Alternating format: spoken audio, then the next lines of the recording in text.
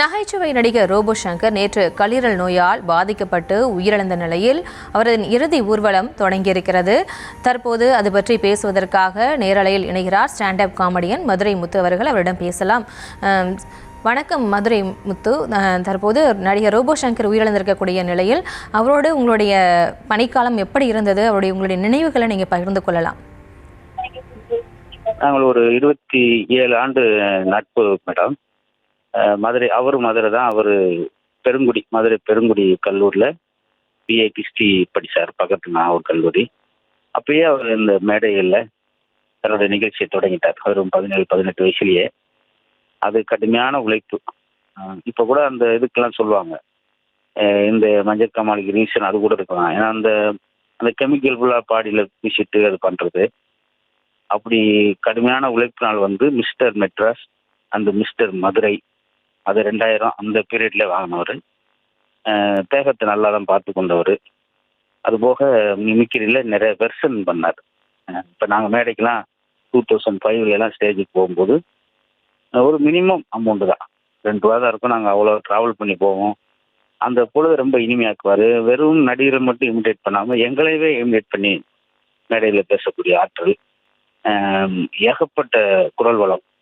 Dubbing பேசுவார். நல்ல நடிகர், நல்ல டான்ஸரு. இப்படி அடிக்கக்குள்ளே போகலாம்.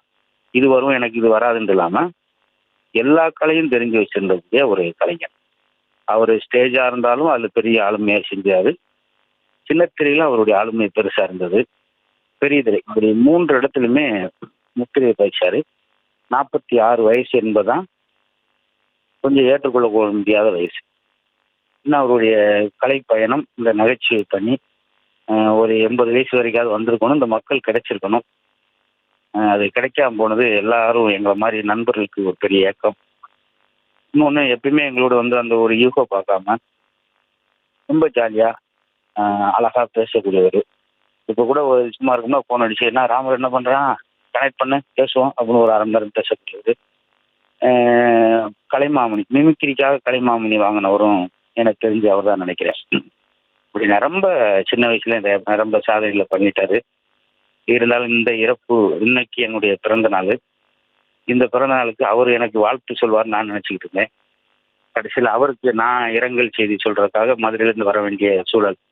இப்படி மனித வாழ்க்கை சடனாக மாறுற நேரத்தில் 46 வயசு. நாளைக்கு பேரனுக்கு காது விட்டு, ஒரே பொண்ணு ஒரே பேரன் அது கூட இல்லாதப்ப அந்த குடும்பத்துக்கு பெரிய அழுத்தம் கொடுக்கும்.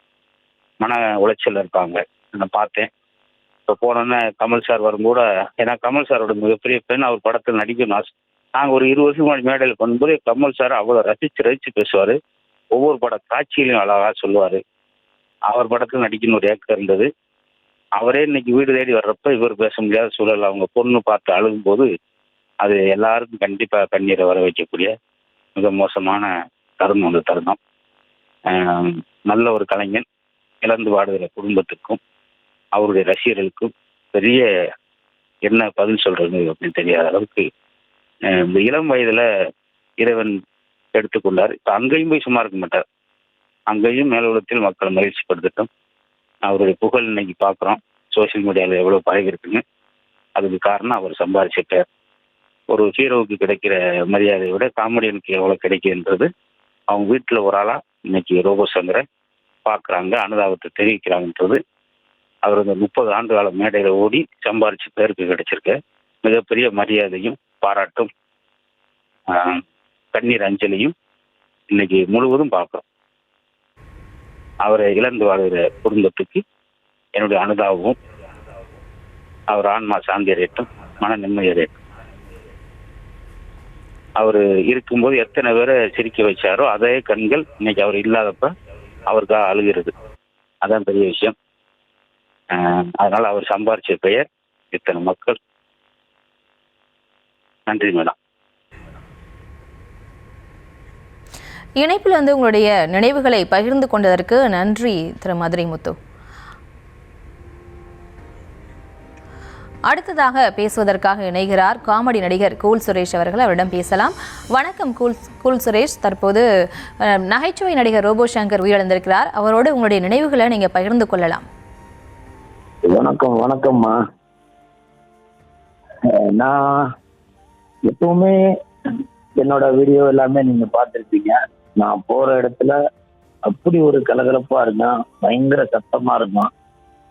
ஆனா இந்த ஒரு செய்தி, ரோபோ சங்கர் அவர்கள் மறைந்து விட்டார் அப்படின்னு நேற்று 9 மணிக்கு எனக்கு இந்த நியூஸ் 7 தமிழ் ஒரு இதை பார்த்து